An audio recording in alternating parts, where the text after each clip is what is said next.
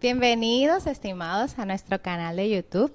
La verdad que le damos una cordial bienvenida a todas las personas que nos están siguiendo, a aquellas personas que nos están viendo por primera vez, pues pueden darle a la campanita y seguirnos para que estén atentos cada vez que subamos algún contenido que les sea de interés.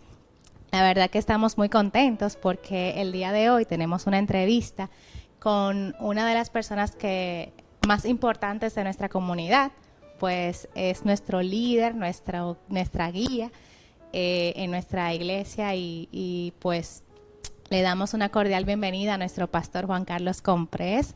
Pastor, bienvenido, ¿cómo Buenas noches, está? Rosy. Gracias por la bienvenida y gracias por la invitación también. Gracias, de verdad, es un privilegio tenerlo por acá. Y la verdad que los jóvenes hemos preparado una serie de preguntas que queremos hacerle para conocerlo un poquito más, Muy ya bien. que no es solamente usted mandando sermones ahí, Mm, dándonos por un tubo y siete llaves, pero nosotros queremos también pues conocer un poco más de su vida, de su vida como creyente y como mm, pastor también. claro que sí. Pues de manera general, díganos quién es Juan Carlos Comprés. Bueno, yo creo que a veces eso es difícil de uno definirse, pero si yo pudiera definirme sería como alguien que ama a Dios, em, que disfruta la vida. Yo creo que esas dos frases podrían describirme. Escribir Creo el que pastor Juan Carlos yo Comprés. creo que sí, amar a Dios, yo sé que dependiendo de lo que uno haga, eso lo define a uno, pero lo que pasa es que tú te dedicas a muchas cosas y entonces esas cosas, actividades pueden variar en una etapa de tu vida, pero lo que no debe variar es tu relación con Dios. En el caso mío, reconociéndolo a Él como mi creador, eso no varía, eso siempre va a estar ahí. Entonces, amarlo a Él creo que me define. No podía decir eso antes, cuando yo era un adolescente, porque no tenía una relación con Dios. Pues entonces, cuando tú llegas a ese punto, te das cuenta que eso es lo que te define como persona. Y disfrutar la vida, porque siempre es un regalo de Dios, la vida. Cada día, cada minuto, siempre es un regalo. Y nunca se puede dar por sentado. Así es, pastor. Para usted, ¿qué significa ser un hijo de Dios?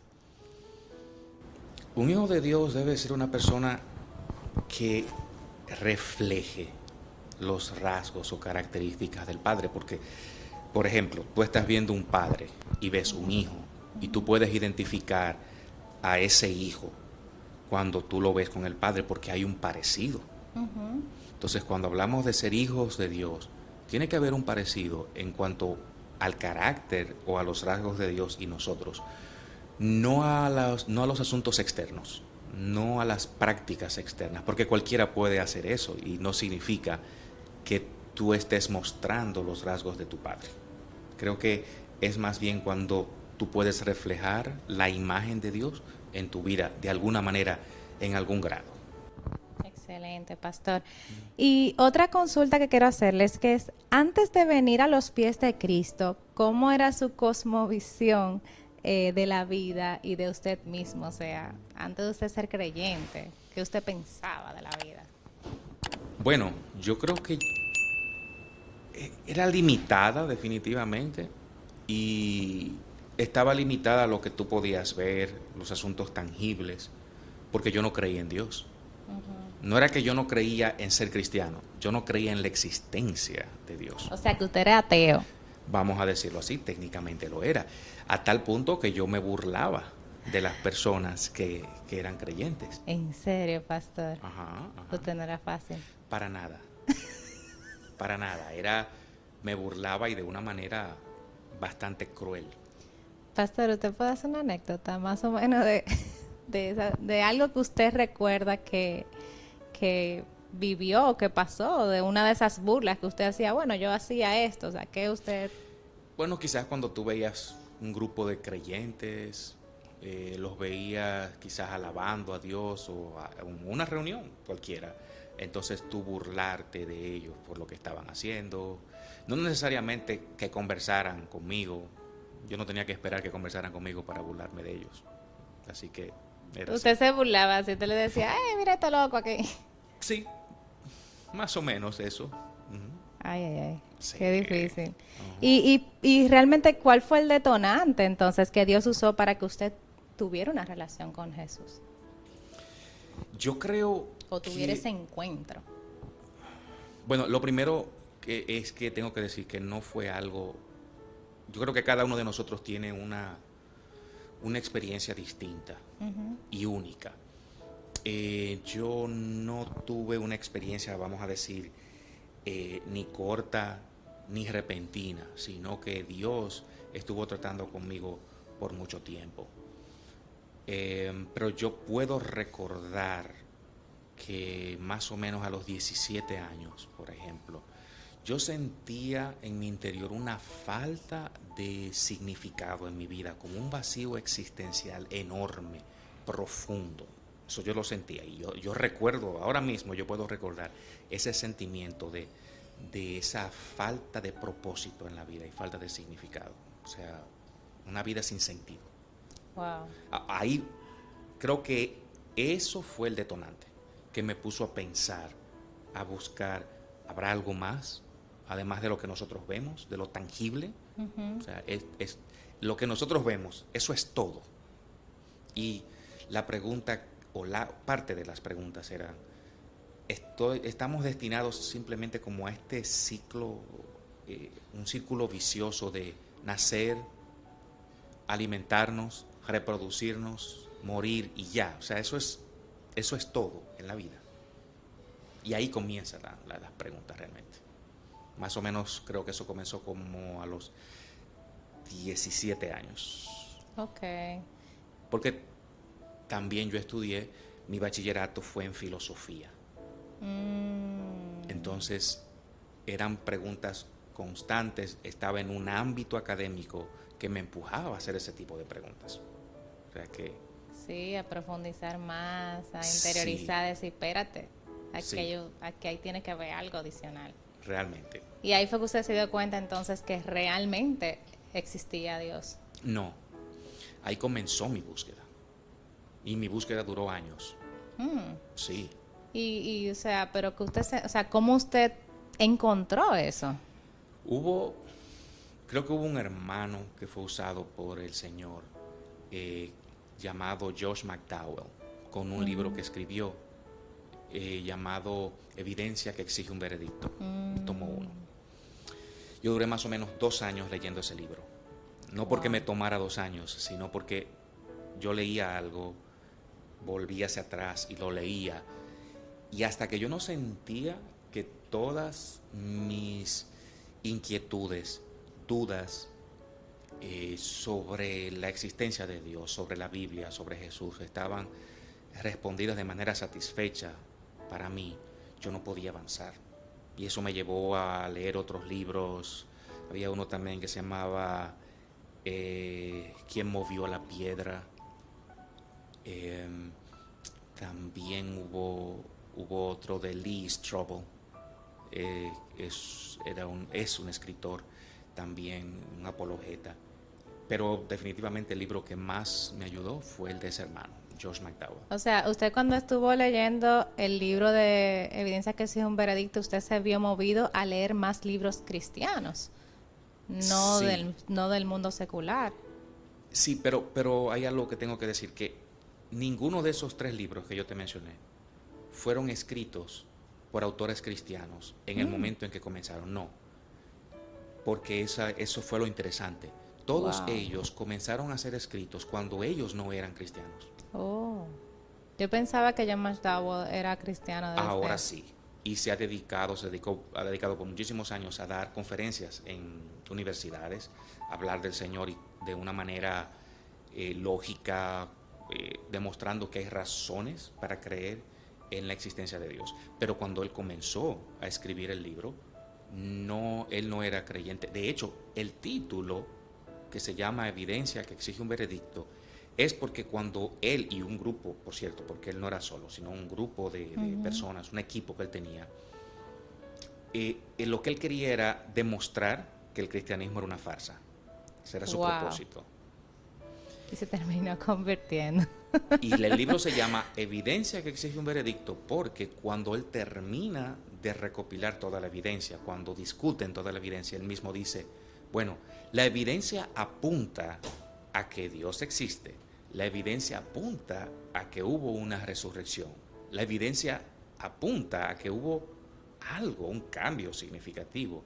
Y él decía, ¿qué hacemos con esta evidencia? Esa evidencia demanda un veredicto de parte de nosotros. ¿Qué hacemos con esta información? ¿Eso es todo?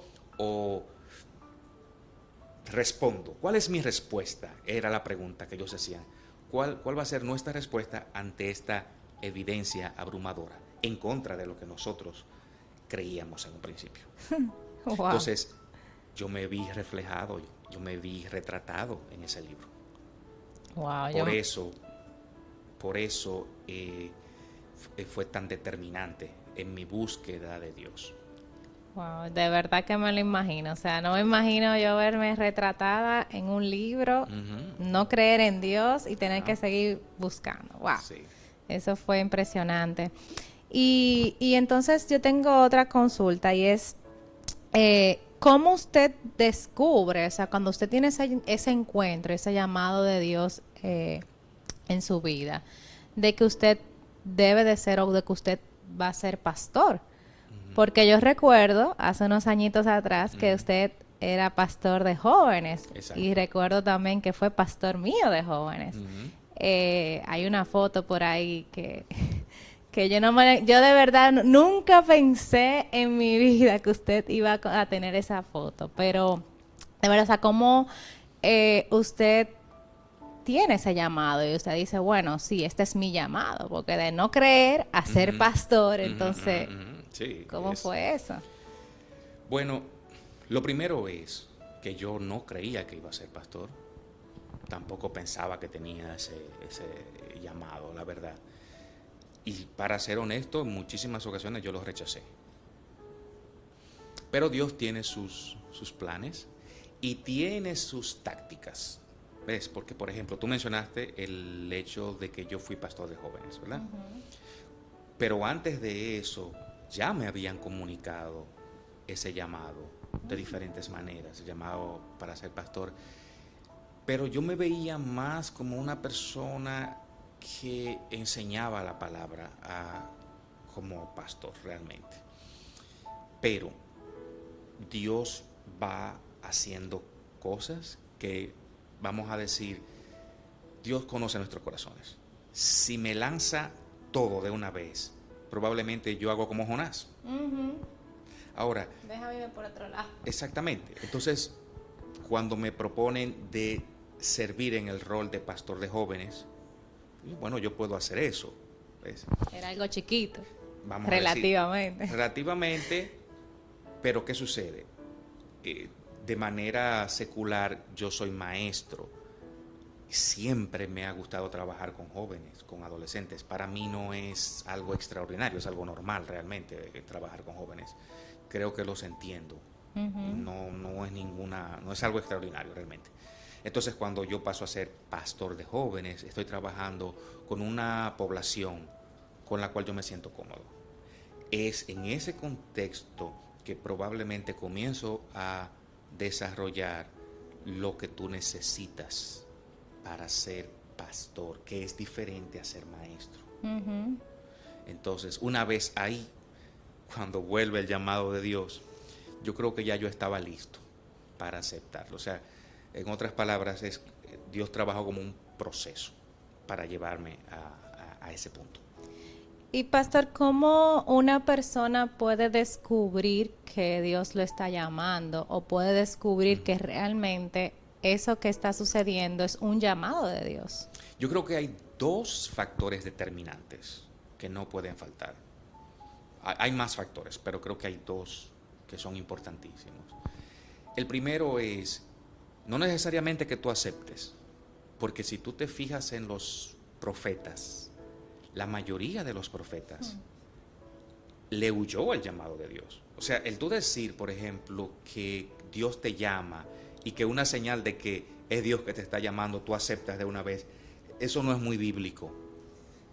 Porque la experiencia de las personas en la Biblia era que cuando Dios los llamó, ellos no estaban muy de acuerdo. O sea, ese no es necesariamente un factor. Yo creo Ahora que yo bien, nada más recuerdo uno ahora mismo en la mente, que yo creo que siempre lo aceptó y fue, creo que Samuel, que me viene a la mente, así que yo he dicho, bueno, lo único que ha aceptado el llamado de una ha sido Samuel, pero después sí, todos los otros, ¿de verdad? se cuestionaban a ellos, cuestionaban el llamado, cuestionaban si estaban capacitados. Moisés, por ejemplo, pero Dios, yo soy tartamudo, o sea, ¿cómo yo Exacto, voy a dirigir un pueblo? exacto. Y todos ellos tenían razones válidas, que tú las puedes ver como excusas, pero no eran mentiras, eran ciertas. Pero ahí te das cuenta de que Dios te está llamando cuando tú vas a hacer algo que necesariamente no tienes todas las cualidades, porque eso significa que vas a tener que depender de Dios. Wow. Porque, porque si tú tienes todas las cualidades, ya no es un llamado de Dios, ya tú eres un voluntario. Ujú. Y ser llamado y ser voluntario son dos experiencias diferentes.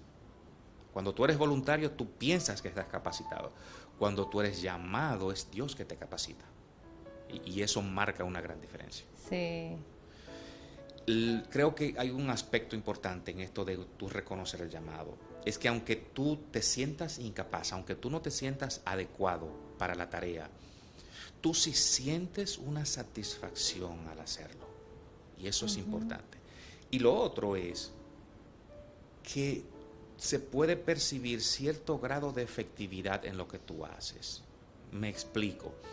Por ejemplo, si tú tienes un don para ser un jugador de béisbol, pues se va a saber.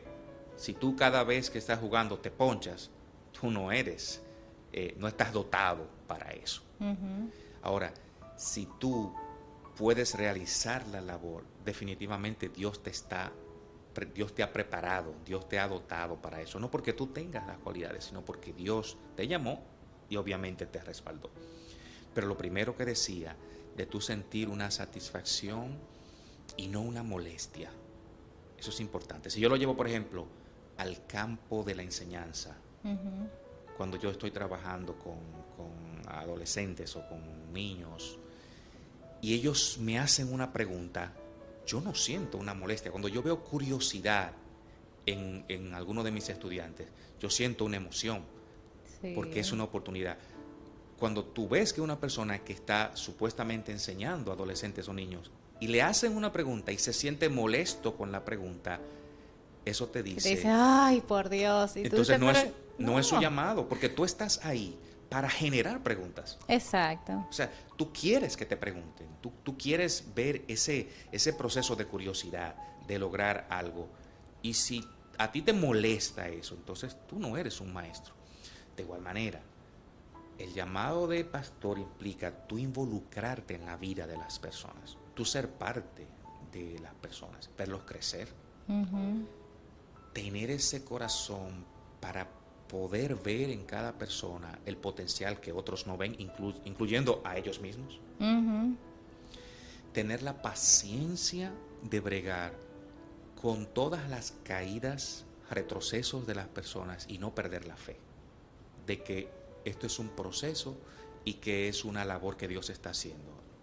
Entonces, creo que cuando tú puedes sentir satisfacción, no perder la fe y mantener la paciencia y la esperanza de que sí, las personas van a salir adelante, Dios los va a ayudar, es probablemente una confirmación de tu llamado. En este caso me refiero El al pastorado.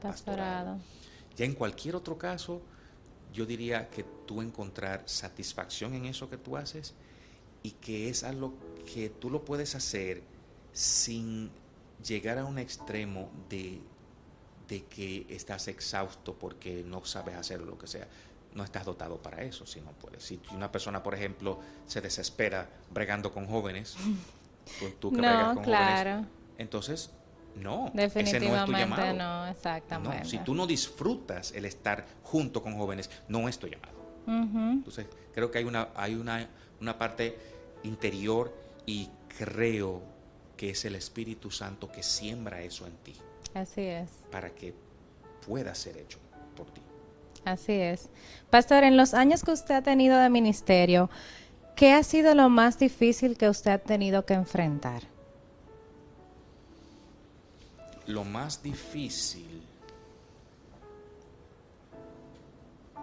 pero te refieres quizás a una experiencia en específico. Una experiencia que usted haya tenido que haya sido bien difícil, alguna decisión que usted haya tenido que, óyeme, fue difícil.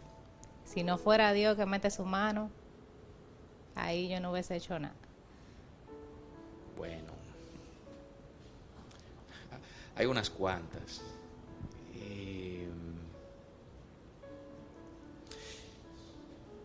Yo creo que probablemente de las más difíciles desde mi perspectiva, porque aquí viene el asunto quizás desde otra persona, desde la perspectiva de otras personas, otros asuntos serían más difíciles. Pero cuando he visto, por ejemplo, familias que se van a desintegrar o están desintegrándose, por lo importante que es para mí la familia. O sea, para mí, que nosotros estemos creciendo y unidos como familia, como personas, como hermanos, es más importante que una infraestructura. Porque una infraestructura simplemente es algo que cualquiera puede construir. Una familia no. Entonces, por ejemplo, cuando he visto familias desintegrarse o a punto de desintegrarse, ha sido de lo más difícil, pero y te das cuenta, por ejemplo, de lo importante que es para mí, porque por el otro lado, cuando veo que hay familias que pueden volver a empezar, que pueden volver a construir ese sueño que tenían, entonces también lo considero como una de las más grandes satisfacciones. Sí. Entonces, definitivamente tiene que ver con la gente y con la familia, más que programas o cosas, tiene que ver con personas. O sea, entre lo difícil, pero también gratificante. Lo es. Wow. O sea, realmente es complejo el término, realmente. Lo es. ¿Qué usted cree es lo que más necesita la iglesia, aunque usted lo mencionó al principio, el pueblo de Cristo hoy en día? El pueblo de Cristo tiene, creo que, entender su rol en esta sociedad y en esta cultura. Creo que se está perdiendo, y mucho, rápido y de manera creciente.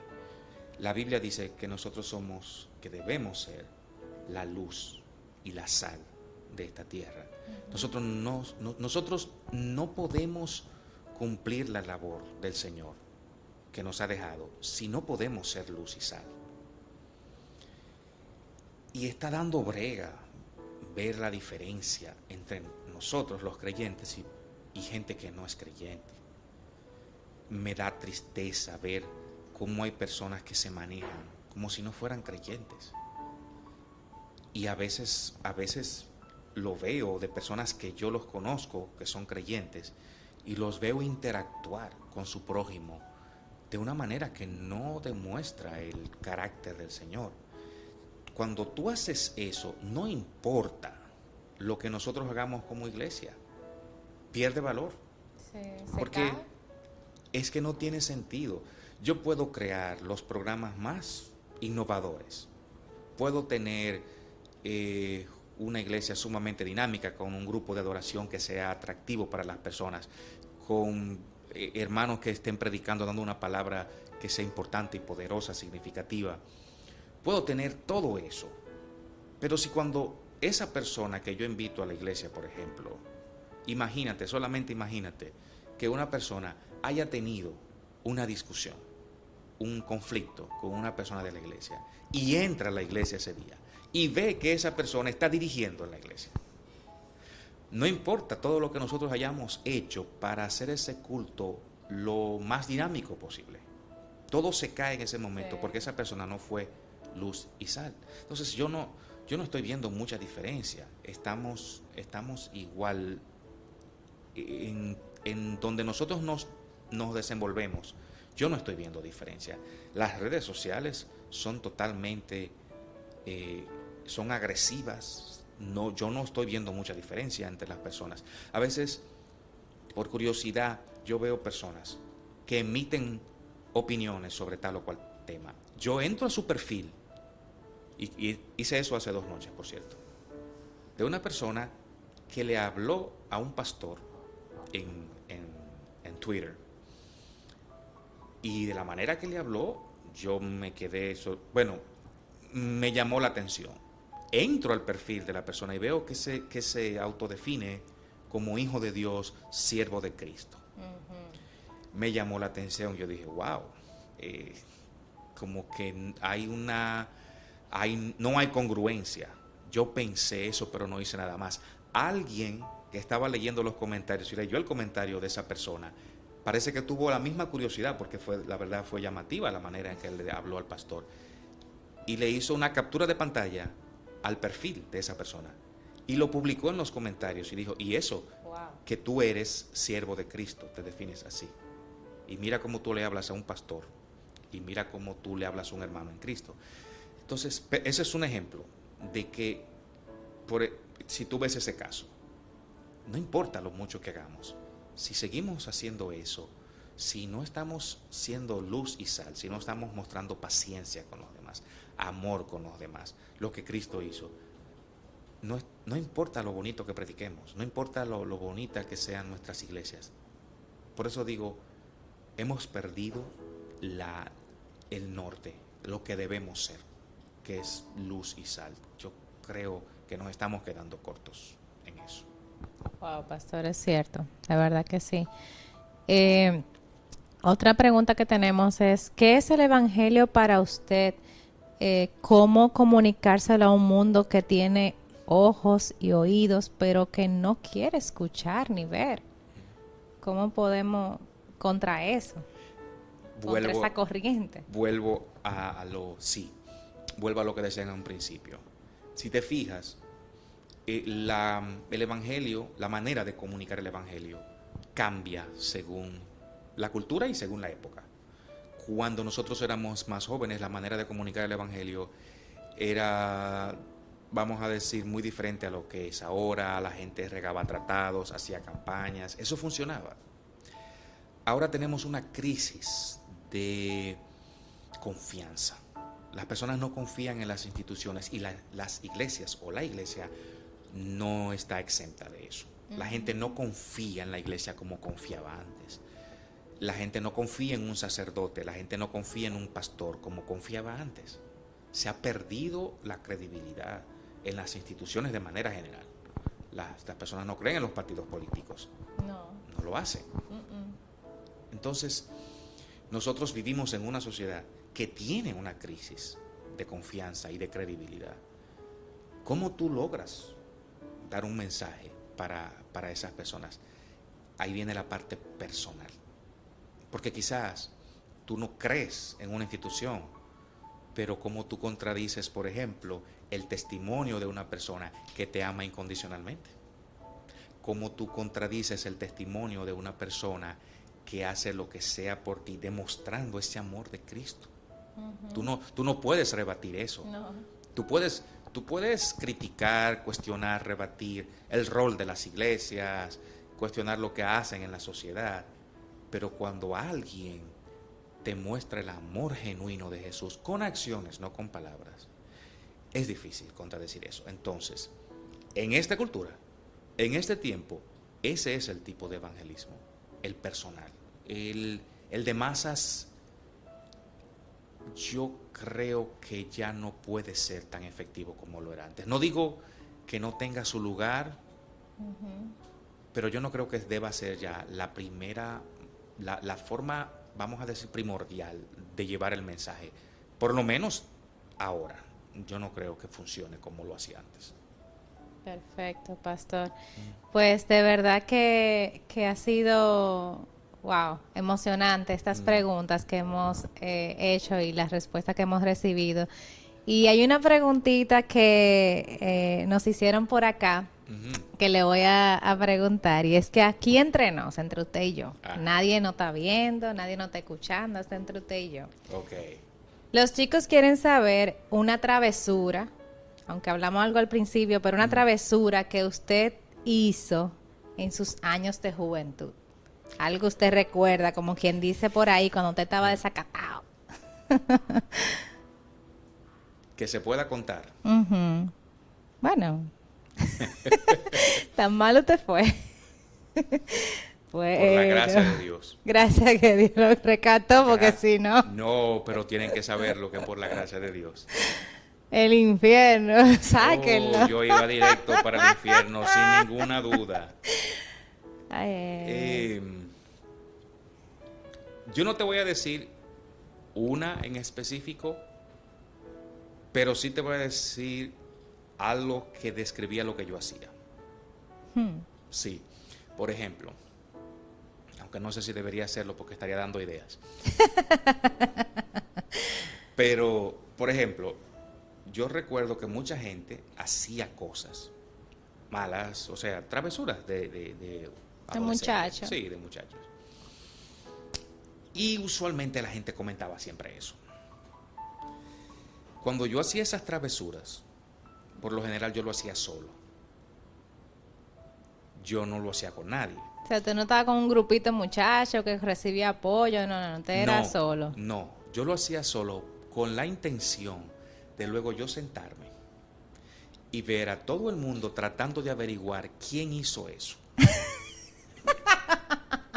Y una de mis satisfacciones más grandes era yo estar en los grupos Ajá. y yo escuchar, ver a las personas discutir, tratando de averiguar quién hizo eso.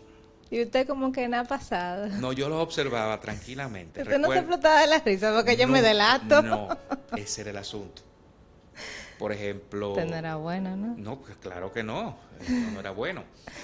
Eh, yo recuerdo en una ocasión que fue a un vecino, que el vecino me hizo algo, me habló malísimo, me insultó, Ay. me dijo de todo porque, y yo no sé por qué, la verdad, yo no sé por qué. Hay gente odiosa, hay gente que siempre tiene como un problema. Ujú. Y yo recuerdo que yo dije, yo me vengo de él, me voy a vengar, pero imagínate yo que quizás yo tenía 11 años, 10 años, no más de ahí. Y a mí no se me olvida la manera en que ese 11 señor me habló años. porque fue muy humillante. El punto es que él criaba peces. Y yo recuerdo que en la noche yo salí al patio, porque compartíamos el patio. Y él Ajá. tenía peces, antes los muchachos sabrán, los de mayor edad, que se tomaba lo que era la parte de adentro de una nevera, tú le ponías cemento y eso se convertía en una pecera. Oh. Sí, la parte que es de metal. Ujú. Entonces, él tenía muchísimos peces, yo recuerdo. Y yo dije, yo me voy a vengar de él. Él cree que se va a quedar con eso. Ay, ay, ay, Y ay. en la noche yo salí, recuerdo, cuando todo estaba oscuro. Y yo eché una pasta de jabón dentro de la nevera, donde estaban los peces, Ajá. en el patio. Recuerdo que eso fue un viernes. El sábado en la mañana yo me levanté a propósito un poquito tarde, ya cuando todo el alboroto estaba hecho. Y yo salí, recuerdo, y cuando salí al patio, veo todo el mundo ayudando a lavar la nevera y todos los peces muertos sacándolo. Y yo salí y recuerdo que él me mira y me pregunta, ¿tú no viste a nadie que hiciera eso? Y yo lo miré muy fríamente y fijamente y dice, no, no vi a nadie. Ay, ay, ay, Y ay. simplemente me quedé en el patio admirando, por así decirlo, todo eso. Eso describía muchas cosas que yo hacía en los grupos, siempre solo, nunca con nadie. Pastor, yo me imagino usted como estaba por dentro, cuando te veía eso, como ay, me siento bien, porque Sí, resolví. realmente sí, ahí te das cuenta el efecto del Pero pecado en en ningún uno. momento usted se arrepintió, dijo, contrale. En ese tiempo, Ajá. absolutamente no, Ay, ay, ay. no. Te das cuenta por qué la gracia de Dios es necesaria. Sí, en Para nada. verdad. para nada. Ay, ay, ay. Pastor, para terminar ya, para concluir, la verdad que hemos tenido un momento muy bonito. ¿Algún consejo que le quiera dejar a los jóvenes por este medio? Puede A dirigirse los directamente a la jóvenes, cámara. sí. Mira, yo creo que una de las bendiciones más grandes fue que Dios se interpuso en mi camino cuando yo era muy joven, a los 17. Fíjate en esas cosas que te he dicho. Si yo llego con esos sentimientos y ese corazón a una edad más madura, probablemente yo hubiera cometido muchísimas estupideces, de las que hoy no solo estaría arrepentido, sino que serían cargas en mi conciencia y en mi vida. Yo le doy muchísimas gracias a Dios por lo siguiente. Cuando yo comienzo a servir al Señor es a los 17 años, casi 18. ¿Qué significa eso? Que el Señor no me dio tiempo a cometer estupideces, que seguro yo las hubiera cometido, como cualquier muchacho de esa edad. Serle fiel a Dios, a los jóvenes, serle fiel a Dios es casi una garantía de que te vas a ahorrar dolor en la vida. Porque la vida tiene sus momentos que tú vas a tener dolor, que vas a experimentar dificultades. Pero cuando tú le eres fiel a Dios, te vas a ahorrar ese tipo de dolor que es la consecuencia lógica de las malas decisiones. Y yo me siento muy agradecido de Dios de que Él se interpuso en mi vida temprano para que muchas de las cosas que yo hubiera cometido hoy no las tenga ahí detrás de mí. Entonces, ¿qué sucede? Que tú ves muchos muchachos y muchachas que piensan que en el mundo hay una mejor oportunidad para vivir. Realmente no es así. Realmente con Dios tú tienes un mejor chance, porque Dios te va a ahorrar muchísimo dolor que mucha gente tiene que experimentar por sus malas decisiones. Mi consejo, serle fiel a Dios, servirle y de verdad obedecerle, seguir su palabra. De hecho, la Biblia dice, ¿con qué limpiará el joven su camino? Con guardar tu palabra. Y el salmista decía que tu palabra es como una lumbrera, como si fuera una linterna, como si fuera un foco. Dice, ¿con qué alumbrará el joven su camino? Porque es que nosotros estamos en un mundo que dice que tiene luz, pero anda en tinieblas. Y tú tomas mala decisión tras mala decisión. Y eso, en un videojuego, eso se ve muy bien, porque tú tienes diferentes vidas. Sí. Y puedes comenzar otra vez. ¿Tú sabes cuál es el problema? Que cuando una muchacha hace eso y sale embarazada a los 16 años, no tiene una vida en el videojuego para volver a empezar. Esa es su vida. Cuando un muchacho se deja llevar de otros y comete un acto vandálico, que eso luego arruina su futuro, arruina su vida y quizás tiene que servir un tiempo o tiene que pasar un tiempo en la cárcel, él no tiene otra vida como en el videojuego para comenzar otra vez. Ya esa es su vida, la dañó.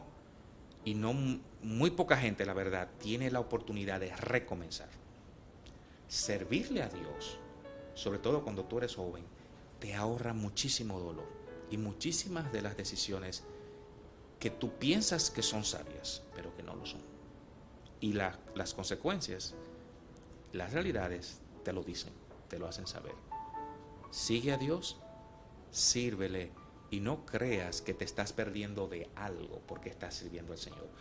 Tú de lo único que lo que estás haciendo realmente es ahorrándote el dolor de las malas decisiones que tomas cuando no tomas a Dios en cuenta. Así es. Totalmente de acuerdo, pastor. La verdad que muchísimas gracias por Claro sí, un placer estar y con por recibirnos como invitado especial y de honor en esta entrevista. Y de verdad que hemos salido bendecidos. Así que muchísimas gracias de verdad y que Dios me lo bendiga muchísimo. Amén. Gracias por invitarme y estamos siempre a sus órdenes, cualquier cosa que necesiten. Gracias, pastor.